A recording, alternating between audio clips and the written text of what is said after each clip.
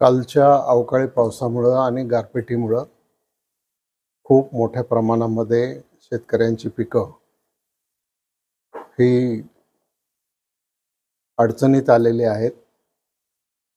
विशेष करून कांदा, बटाटा, ऊस आणि सगळे भाजीपाला वगैरे ही सगळी पिकं अडचणीत आलेली आहेत. त्या आपत्तीचा अंदाज घेण्याच्यासाठी महसूल यंत्रणा आणि कृषी यंत्रणा यांना त्याचा सर्वे करायला सांगितलेला आहे. सर्वे पूर्ण झाल्याच्या नंतर अंदाजे किती नुकसान झालंय त्याचा अंदाज येईल आपल्याला. मग जिल्हाधिकाऱ्यांच्या मार्फत त्याचा रिपोर्ट महाराष्ट्र शासनाला सादर केला जाईल आणि या विषयावर मंत्रिमंडळाच्या बैठकीमध्ये चर्चा होऊन मग अंतिम निर्णय घेतला जाईल. परंतु शेतकऱ्यांचं खूप नुकसान झालेलं आहे. ही गोष्ट अगदी दुःखदायक. शेतकऱ्यांनी पीक पाहणी केलेली नाही, पीक पाहणी केली नाही, त्यांची नोंद नाही. तर अशा वेळेस पीक विम्याची पण मुदत संपलेली नाही. आता ज्या शेतकऱ्यांनी पीक पाहणी केलेली नसेल आणि त्यामुळं ते जर या लाभापासून वंचित राहणार असतील तर त्याच्या संदर्भात सुद्धा आम्ही मंत्रिमंडळात चर्चा करू आणि राज्य सरकारला त्याच्या संदर्भात निर्णय घ्यावा लागेल. परंतु सगळ्या भागाचे पंचनामे करायला सांगण्यात आलेले आहे. साहेब, पावसामुळे ऊस पण पडलेला आहे, ऊसाचा मात्र पंचनामा होत नाही, त्याबाबत काय करून राहील? ऊसाची एवढी अडचण नाही, त्या मानाने ऊस उभा राहू शकतो. ऊसाचं काही एवढं नुकसान झालं असं वाटत नाही. परंतु पावसामुळे आणि गारपिटीमुळे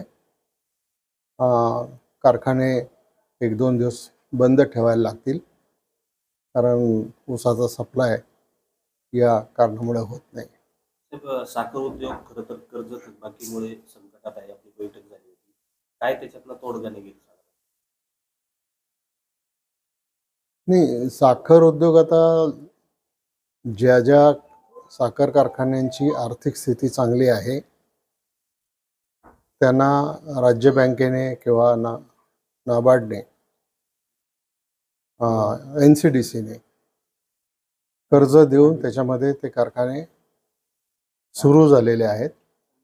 परंतु ज्या कारखान्यांची बॅलन्स शीट अडचणीमध्ये आहेत आणि त्याला जोपर्यंत दुसरं काही तारण किंवा शासकीय थक हमी देत नाही आपण, तोपर्यंत त्या कारखान्यांना बँका कर्ज देणार नाहीत.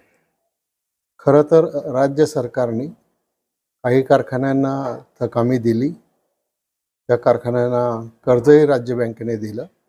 परंतु आता राज्य बँकेने असा स्टँड घेतलेला आहे की आता इथून पुढं आम्ही सहकारी साखर कारखान्यांना कर्ज देऊ शकणार नाही. असं आहे, प्रत्येक विषयामध्ये पक्ष मध्ये आणायचं काही कारण नाही. साखर कारखानदारी हा एक अतिशय मोठा उद्योग आहे. याच्यातून महाराष्ट्र राज्य सरकारला जवळपास 5,000 कोटीचा महसूल हा दरवर्षी मिळतो. त्यामुळं आमचा सुद्धा हाच प्रयत्न आहे की सगळेच्या सगळे कारखाने सुरू झाले पाहिजेत. आणि यावर्षी ऊसाचं उत्पादन फार कमी आहे, पुढच्या वर्षी तर याच्यापेक्षाही कमी असणार आहे. आता अनेक साखर कारखाने विस्तारीकरण करतायत आणि त्याच्यामुळं लवकरात लवकर ऊस तुटून माझा जावा अशी शेतकऱ्यांची भावना आहे, कारण त्यांना त्याच्यामध्ये दुसरं पीक घ्यायचं असतं. खरं तर मराठा आरक्षण आणि अगदी जरांगे पाटील आणि छगन भुजबळ एकमेकांवरती खालच्या ह्याच्यात जाऊन हे करतायत, भाष्य केलं जात आहे. हा जातीय तेढ निर्माण होतोय, दोघांनाही सल्ला काय द्याल? नाही, हा जो आरक्षणाचा मुद्दा आहे हा राज्यामध्ये आहे आणि त्याच्यामध्ये आता वेगवेगळे लोक वेगवेगळ्या भूमिका घेतात. खरं तर याच्यामधून समाजामध्ये अंतर निर्माण होणार नाही, अशीच भूमिका सगळ्यांनी घेतली पाहिजे. खरं तर फडणवीस म्हणत होते की लोकसभेसाठी 26 जागा आम्ही लढू आणि 22 जागांवरती शिंदे गटाने अजितदादा यांच्यासाठी सोडू. मात्र असा काही फॉर्म्युला ठरलाच नाही असं ते म्हणतात. नाही, मला माहिती नाही, मी त्या चर्चेत नाही. बीडमध्ये जे जाळपोळ प्रकरण झाले त्याच्यामध्ये हिंसाचार एका बाजून दाखवण्यात आला, मात्र याला गृह खातं जबाबदार आहे असं म्हणाले छगन भुजबळ म्हणतात. असं आहे, त्याच्यासाठी चौकशी नेमलेली आहे.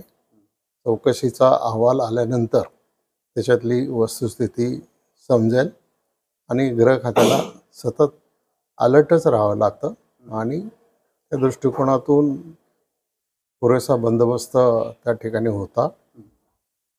पण अशा घटना घडू नयेत अशी सगळ्यांची अपेक्षा.